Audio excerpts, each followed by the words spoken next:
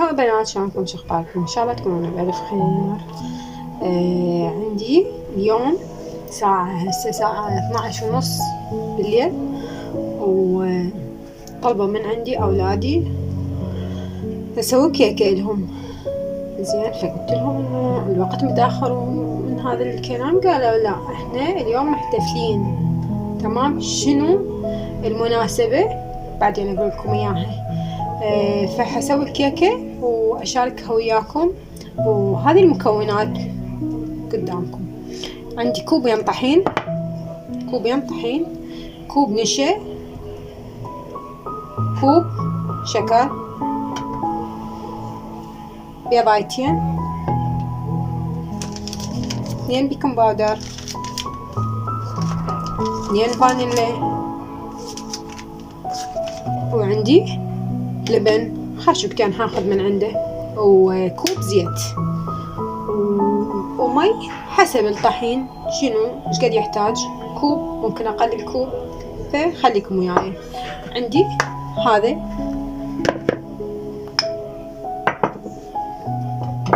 هنا اسوي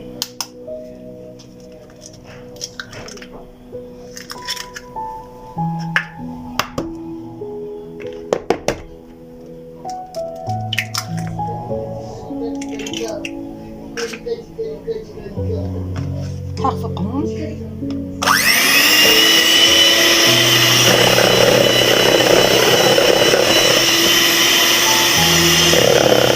هسه بنات خفقتها بالبيضتين. حضيف الشكر،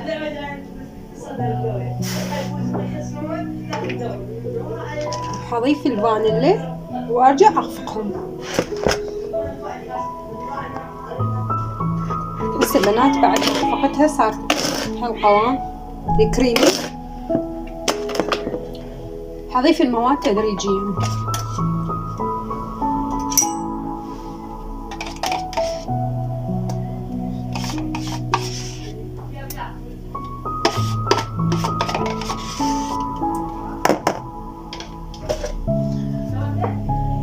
ضفت الروبة او اللبن الزبادي ونشا،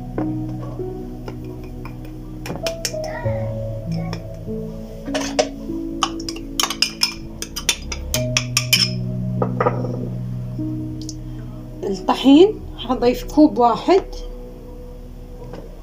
بعدين اضيف الكوب الثاني.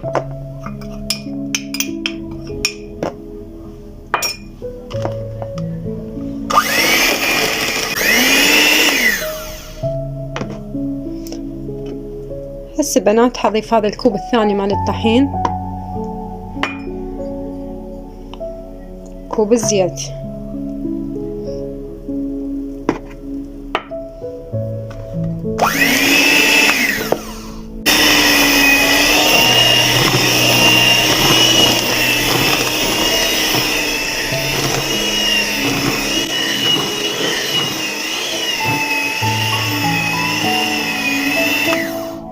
هسه بنات بعد ما خفقتها ضفت نص كوب مي، واشوف اذا احتاج بعد. هسه بنات بعد ما خفقتها صارت بهذا القوام، يعني قوام كريمي.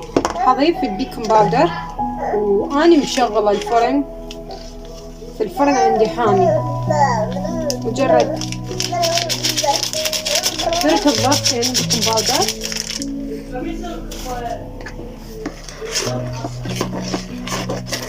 خفق قليل، مجرد يتلابس البيكنج باودر ويا خليط الكيك، واضيفه للفرن. اضيفه بالقالب واخليه بالفرن.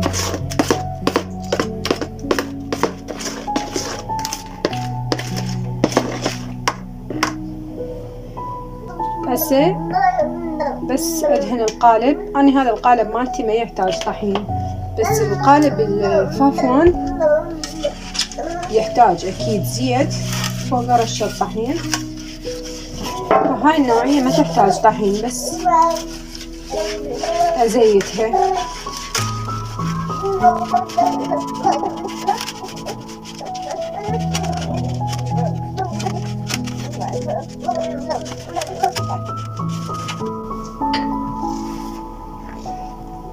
هسه أضيف الخليط.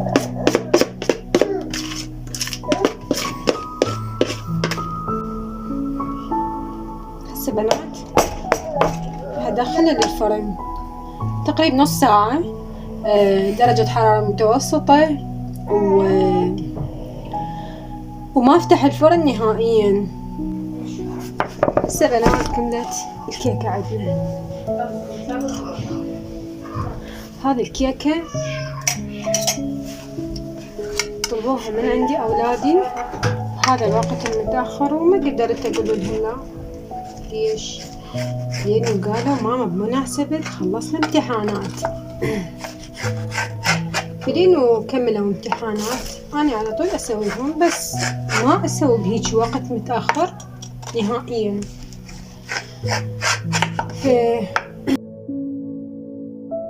فما قدرت أخلي بخاطرهم، ولا قدرت أقول لهم لا، يستاهلون لأنه شدوا حيلهم وامتحنا، والحمد لله والشكر رب العالمين. كانت أيام صعبة، امتحانات وقلق وضغوطات نفسية، ألف الحمد لله والشكر رب العالمين.